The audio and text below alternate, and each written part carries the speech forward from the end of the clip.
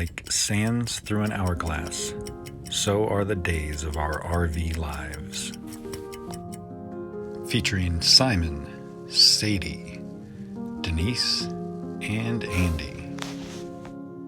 This episode begins with the heavenly celestial glory of a star-filled sky in Terlingua, Texas.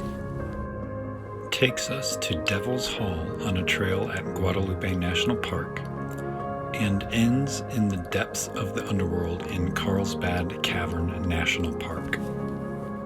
Once again, the West Texas drive to Guadalupe and Carlsbad Caverns National Parks is desolate and barren, but sometimes you come across a happy accidental find that makes it worth it, such as the water stop in Marfa, where we grabbed some lunch. Absolutely delicious.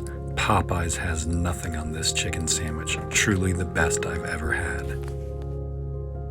After a 4-hour blustery drive, Guadalupe was finally seen in the distance. God was watching over us as we were fortunate to capture the very last first come, first serve RV spot in the Pine Springs campground.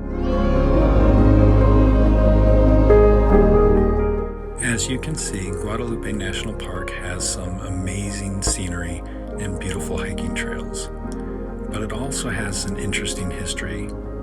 These ruins are the only original remaining from an outpost stop in the 2,700-mile St. Louis to San Francisco Butterfield Overland Mail Route, the first successful attempt to connect east and west with a reliable transportation and communication system. Only 46 minutes away is Carlsbad Caverns. Carlsbad Caverns are incredibly massive.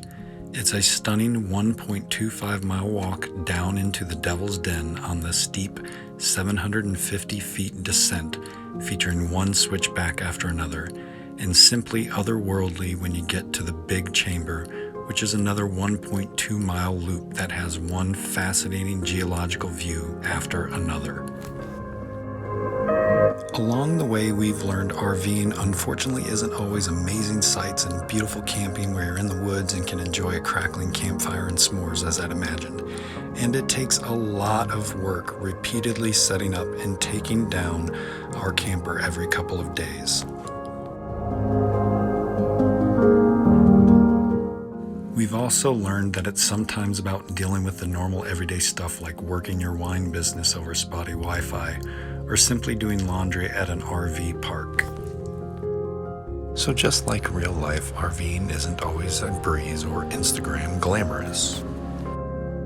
Speaking of breezes, we experienced winds so intense here in New Mexico that clear blue skies became dust-filled roadways. Waterfalls became water flues. And gusts so strong that woke me up in the middle of the night thinking there was an alien coming to abduct me.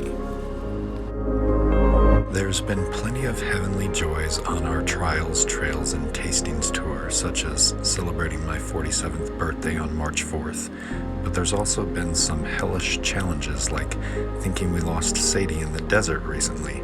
Long story. In the end, despite all the twists and turns life gives us, and the drifting we may do from time to time, sometimes we may feel on point, and other times wishing for something else. Ultimately, we need to find a way to accept our circumstances, embrace the lesson, and enjoy the journey wherever you choose to take it.